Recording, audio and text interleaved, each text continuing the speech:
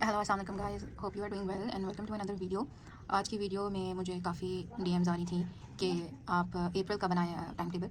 तो मैंने अप्रैल के अटेम्प्ट के लिए टाइम टेबल बनाया है। फर्स्ट ऑफ ऑल ये हमारा सिलेबस है। सिलेबस में we have major subjects, minor subjects, anatomy और एसके सीरीज। ठीक है, this is the main chunk जो आपने करना है। तो मेरी पहली वीडियो देखी है जिसमें मैंने आपको बताया कि पढ़ना कैसे, बुक्स का एक तो सबसे पहले बुक्स का बताया इस वीडियो में मैंने, उसके बाद बताया पढ़ना कैसे है, एसके सीरीज करनी कैसे है, एनाटमी, ये सारी बुक्स कैसे करनी है, कुछ मैं इसमें भी बताऊंगी, कुछ डिटेल मैंने उस वीडियो में बताई है, तो पहले वो वीडियो आप चेकआउट करें। अच्छा, अब शुरू होते हैं हम जनवरी से। जल्दी नहीं पढ़ना कि जी अभी तो अप्रैल में बहुत टाइम है, टाइम ऐसे गुजरेगा और सिलेबस इतना ज़्यादा है कि यू वोंट हैव टाइम, आपको पता भी नहीं चलेगा टाइम गया कहाँ पे, इतना सिलेबस है इसका।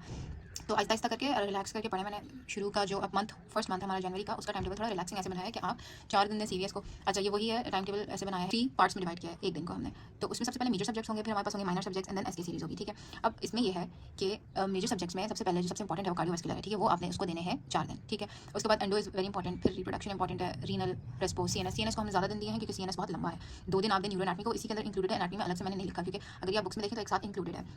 तो अब आपकी मर्जी है। फर्स्ट मंथ में अगर आप फर्स्ट एड से करना चाह रहे हैं फर्स्ट एड से करें, डबल ए से करना चाह रहे हैं डबल एड से करें। मैंने अपनी पहली वीडियो में भी यही बताया था कि सबसे पहले आप फर्स्ट एड से करें, फिर साथ में आप डबल ए खोल के बैठें। ठीक है, तो जो पॉइंट्स डबल ए में मिसिंग है, जो आपको लग रहा है ऐड करने, डबल ए में करते जाएं क्योंकि आखिरी हफ्ते में आपको डबल ही करनी है, आप नहीं कर सकते इतनी बड़ी फर्स्ट एड उसमें। Double A is very good. फिर डबल ए में भी न्यूरो एनाटमी के पॉइंट्स ऐसे दिए हैं। ठीक है, न्यूरो एनाटमी को आपने 2 दिन देने हैं, फिजियोलॉजी को आपने 2 दिन देने हैं। मुझे फिजियोलॉजी मुश्किल लगती थी एज कंपेयर टू पैथोलॉजी, तो फिजियोलॉजी को मैंने 2 दिन दिए, आप अपनी मर्जी से कर सकते हैं। This is totally up to you, this time table is very flexible, आप ऊपर नीचे कर सकते हैं, इवन डेज भी ऊपर नीचे कर सकते हैं। अगर आपको रेस्पिरेशन एक दिन में 2 दिन में हो रही है तो you can do it as you like. और इसमें आप ये डे आप सीनस को ऐड कर देंगे, अगर वो मुश्किल लग रहा है। पैथोलॉजी को मैंने 1 दिन दिया क्योंकि मुझे सही लगे, मतलब ठीक थी pathology, was not that difficult. आप उसको 2 दिन दे सकते हैं अगर आपको मुश्किल लग रही है। ठीक है, तो ये आपने अपने हिसाब से इसको मोल्ड करना है। ठीक है, फिर एंड में ये सब ये आता है topic skin, bones and joints, तो इसको आप 2 दिन दें, एक दफ़ा आराम से पढ़ें। ठीक है, फिर एंड में आपने जस्ट गो थ्रू करना है। ऊपर से माइनस में सबसे इंपॉर्टेंट इज बायोकेमिस्ट्री। आपका आधा पेपर इस साल पेपर 1 बायोकेमिस्ट्री में से आता है।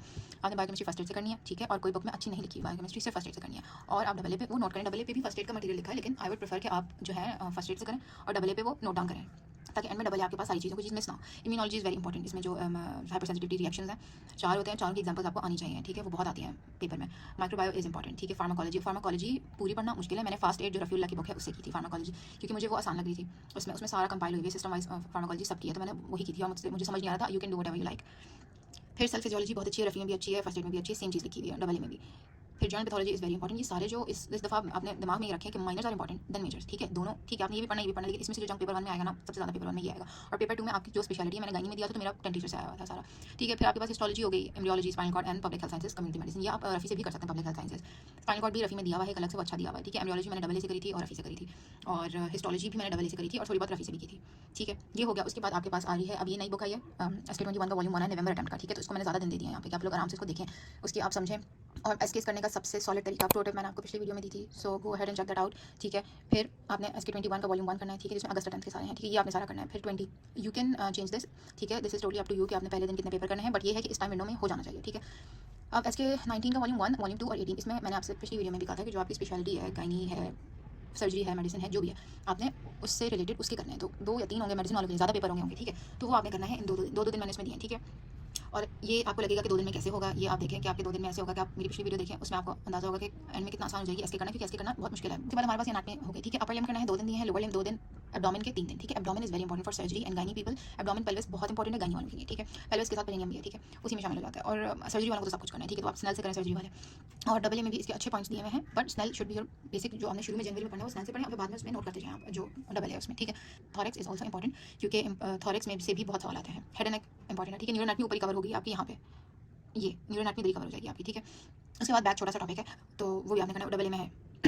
ठीक है, स्पेशलिटी स्पेसिफिक इसके है, ये आपको मैं इतने दिन दे रही हूँ। ठीक है, इसमें हो जानी चाहिए, और दीज डेज आर इनफ। ठीक है, वो उसी रूल से करनी है जो मैंने आपको पिछली वीडियो में बताया है। ठीक है, उसके बाद आपने 2 दिन दिया। ठीक है, यू डिजर्व अ ब्रेक। ठीक है, एक दफ़ा आपका कोर्स खत्म हो गया। ठीक है, रिलैक्स करें 2 दिन, बिल्कुल रिलैक्स करें, पढ़ाई छोड़ दें, because you need a break. ठीक है, कंटिन्यूअस कोई इतना नहीं पढ़ सकता। उसके बाद आप 16 से वापस शुरू हो जाएं। ठीक है, 16 से वापस शुरू हो जाएं। पहले आपने ज़्यादा दिन दिए थे सीबीएस को, आप कम दिन दें। ठीक है, 2 दिन दें बाकी उसको।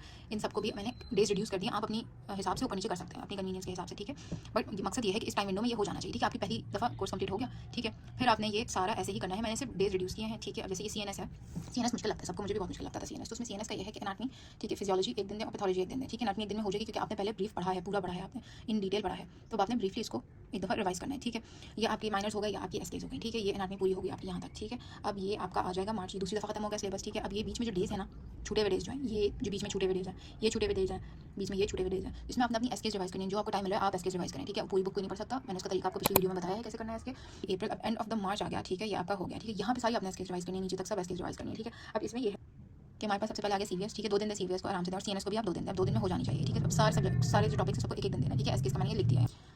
रिवीजन में टाइम लगेगा तो इसलिए मैंने SK 21 के 2 जो है उसके मैंने 3 दिन बनाए। आप 2 दिन में कर सकते हैं, 2 दिन में कर, 1 दिन में कर सकते हैं, वेल, ठीक है। दिस इज ऑल फ्लेक्सिबल, ठीक है। यहाँ तक ये होगी। अब आखिरी के दिनों में जो आपने रिवीजन करनी है वो ये एनाटमी की करनी है, ठीक है, for surgery and allied and gynae.